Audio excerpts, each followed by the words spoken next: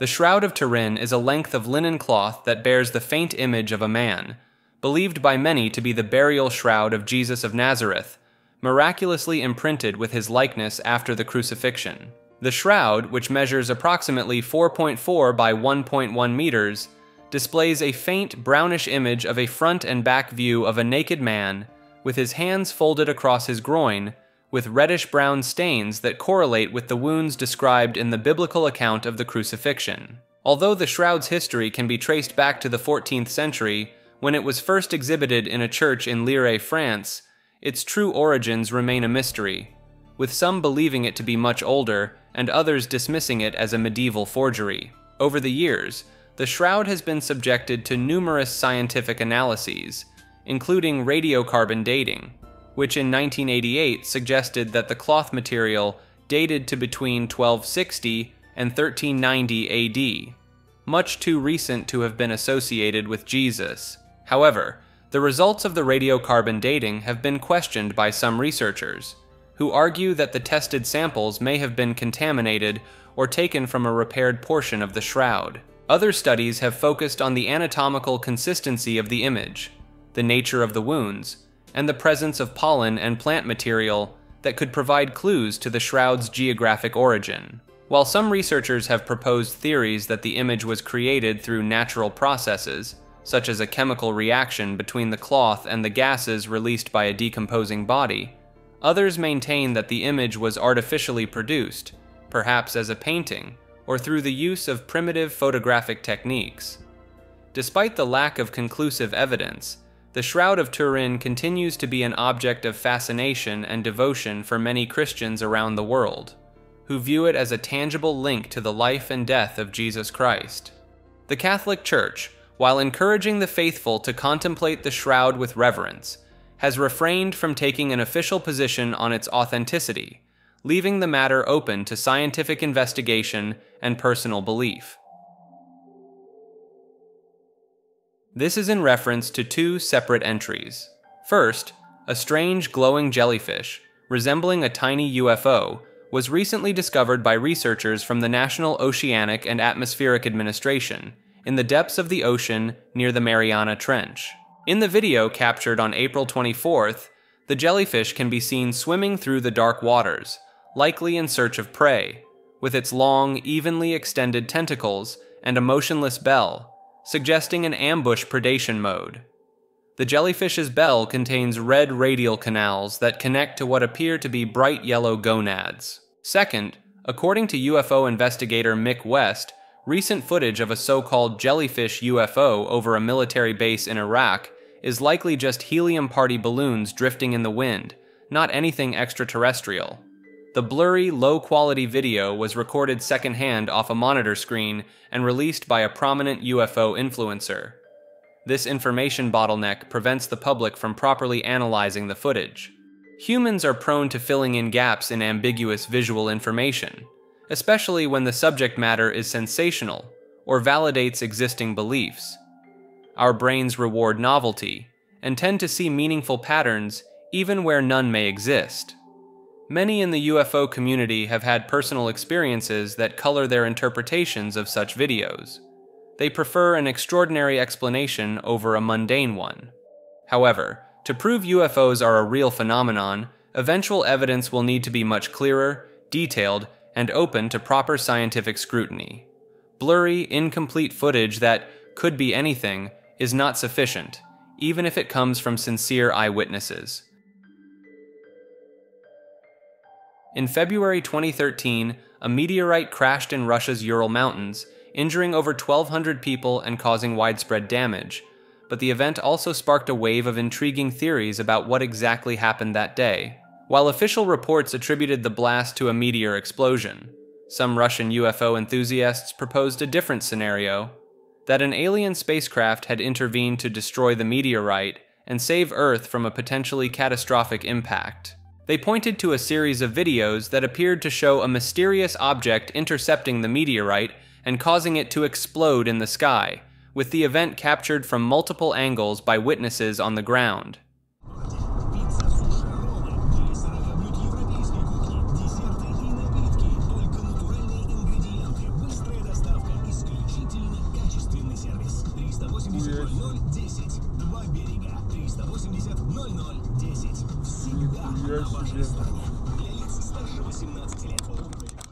Alexander Kamenev, a coordinator for the Russian UFO community, noted that there had been a significant increase in UFO sightings in the region since 2012, with a particular surge in reports just weeks before the meteorite incident.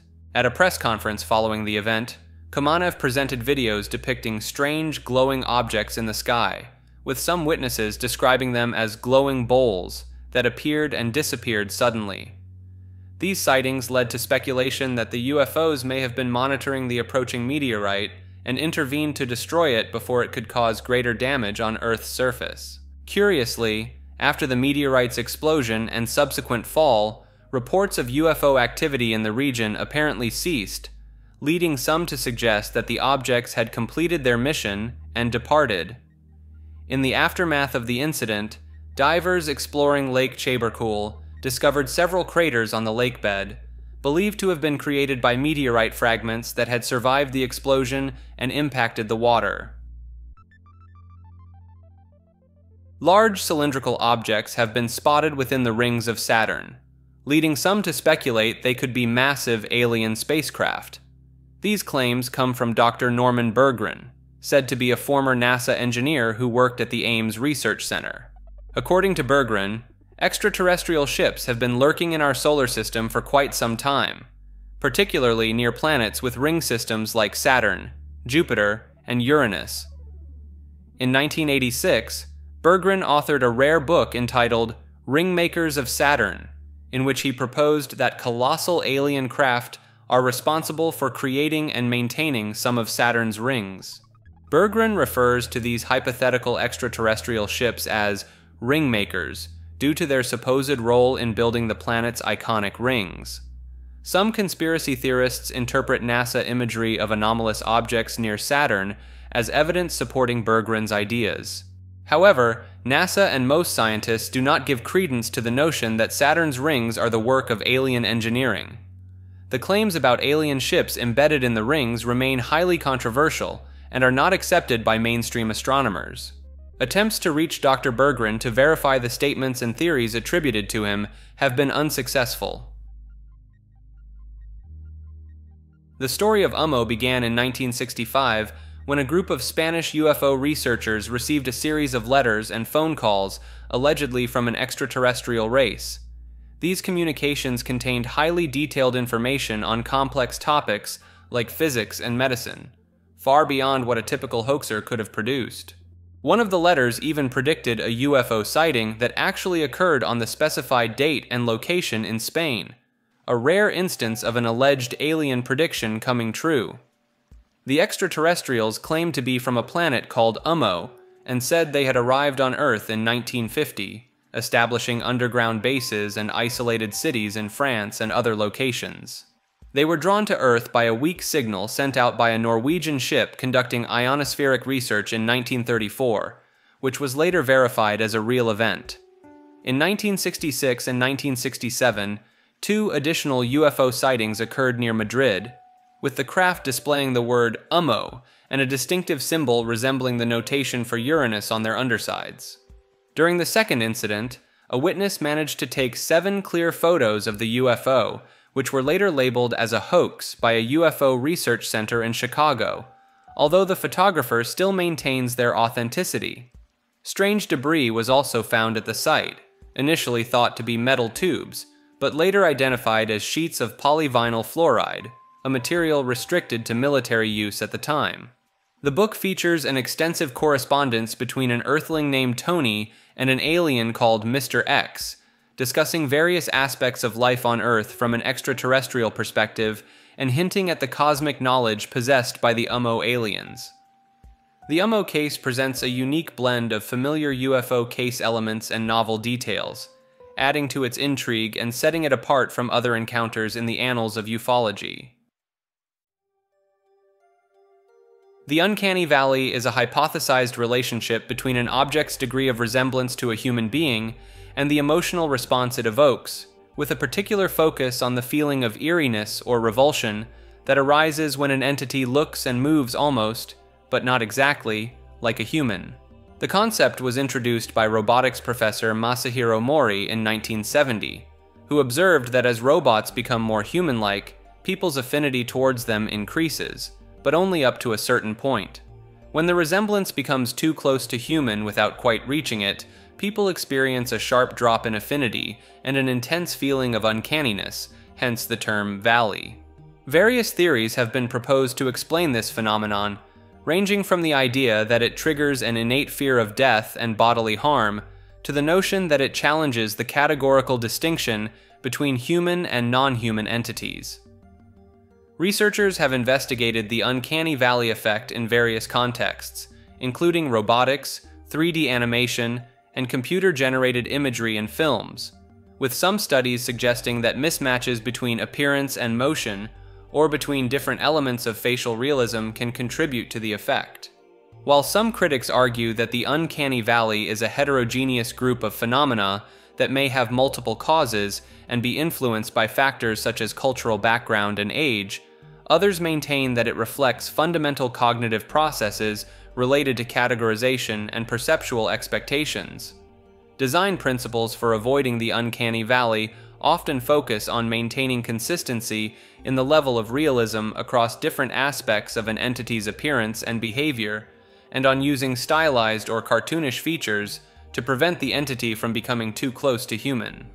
The Uncanny Valley effect has been observed in a variety of contexts beyond robotics, including in people's responses to lifelike dolls, computer-generated characters in movies and video games, and even in the way that highly realistic prosthetic limbs can sometimes evoke discomfort.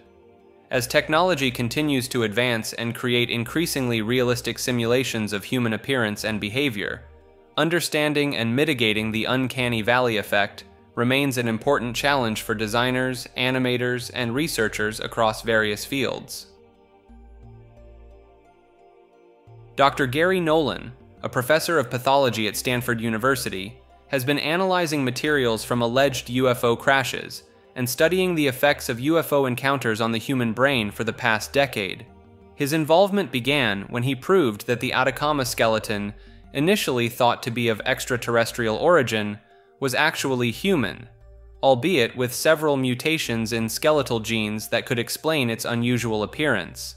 This led to Nolan being approached by individuals associated with the CIA and aerospace corporations to study the effects of UFO encounters on the brains of pilots, ground personnel, and intelligence agents using MRI scans, which revealed significant damage and abnormalities in some cases. Nolan found that many of these individuals had a unique brain structure, with an overabundance of connections between the head of the caudate and the putamen, areas involved in intuition and high-level decision-making, which he believes may be a predisposing factor for these types of encounters.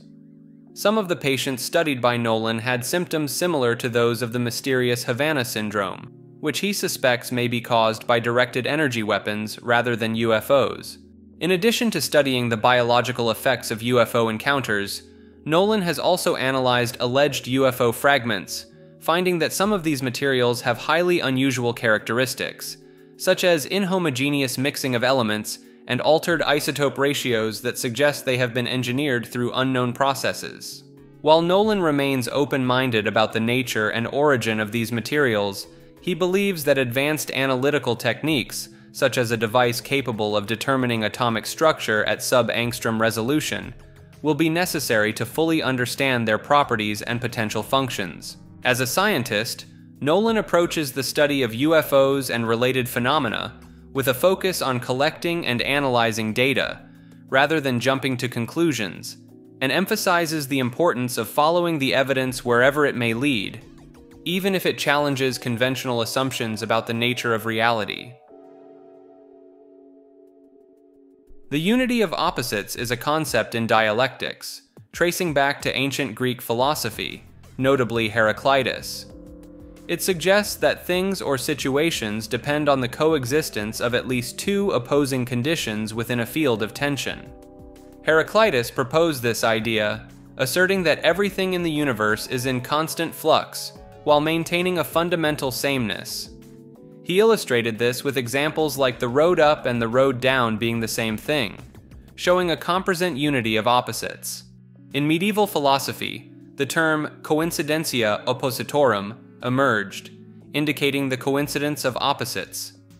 It was used by various scholars including Nicholas of Cusa, Carl Jung, and Mircea Eliade, and found applications in alchemy, myth, and ritual.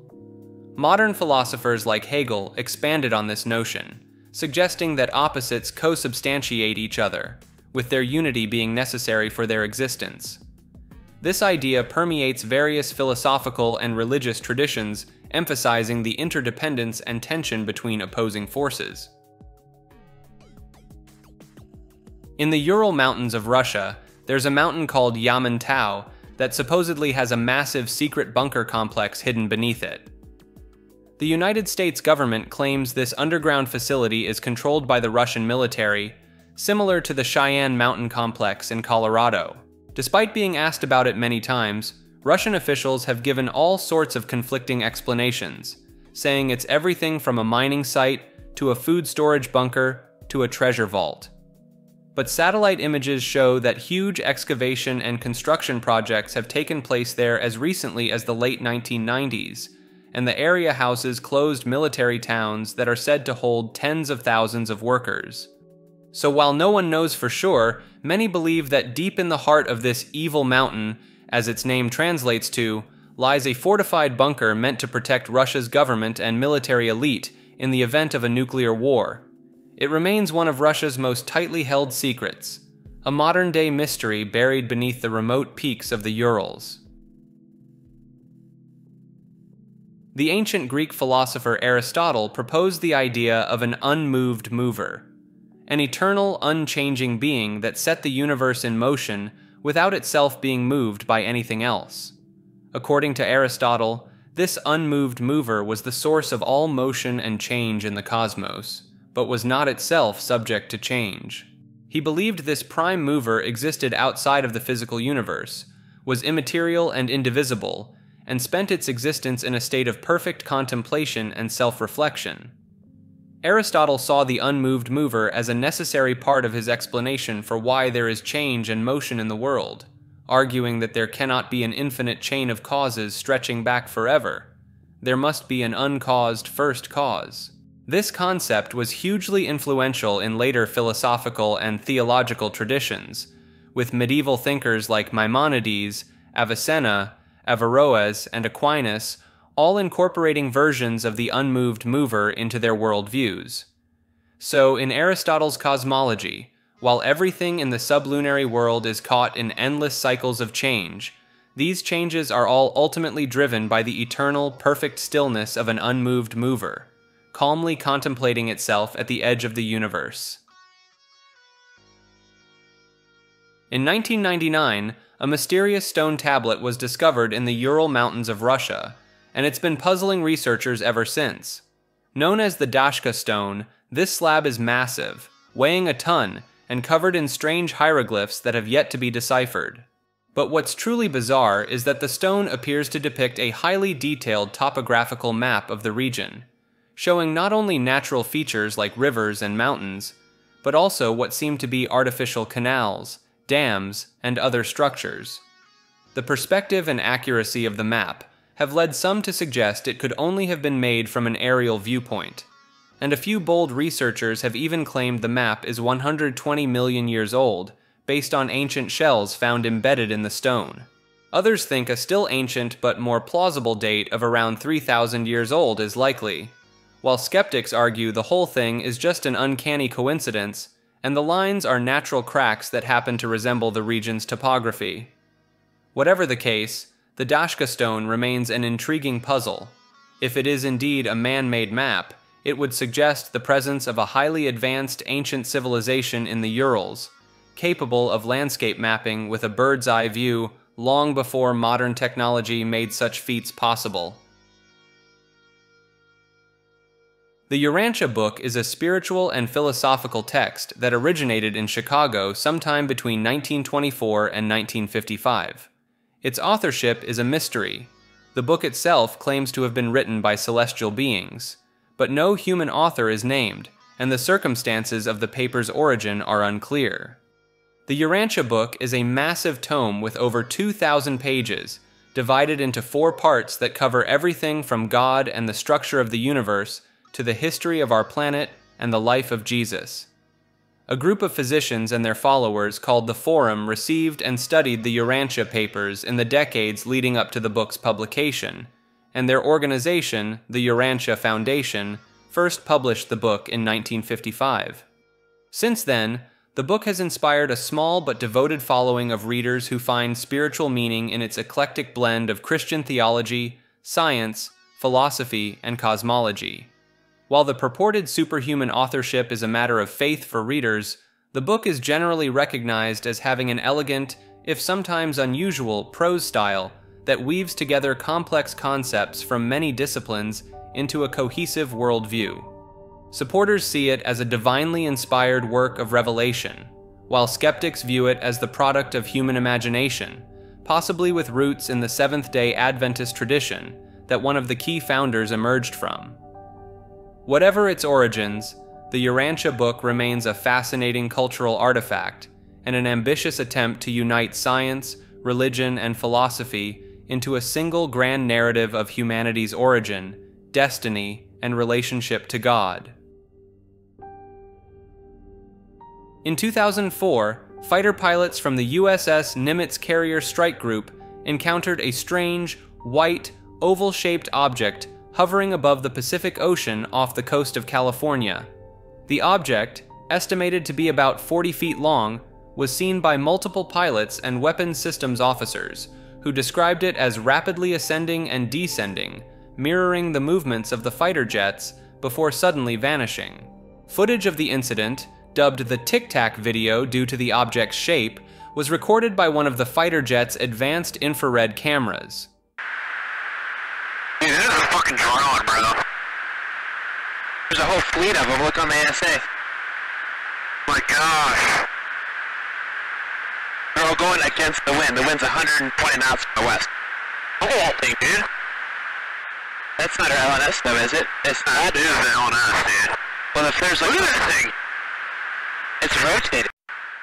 Similar encounters occurred in 2014 and 2015 involving fighter pilots from the USS Theodore Roosevelt, resulting in additional infrared videos known as Gimbal and Go Fast. Check 61 Tango Project. Oh, got it! Woohoo! Roger. There's troubleshooting. Did you box moving target? No, I took an auto track. Oh, okay. Oh my gosh, dude. Wow, look at it fly!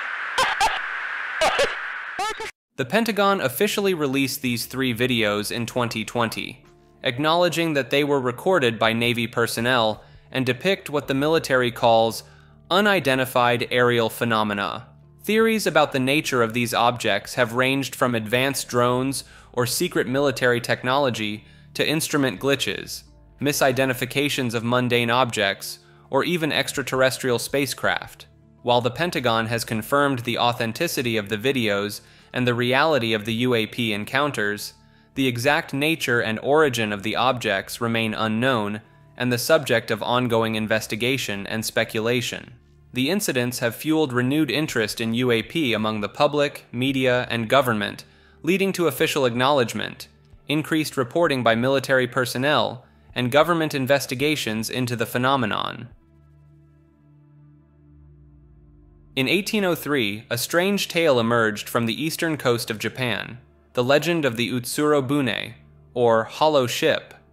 Fishermen encountered a mysterious woman, estimated to be between 18 and 20 years old, drifting offshore in a round hollow vessel that reminded them of an incense burner.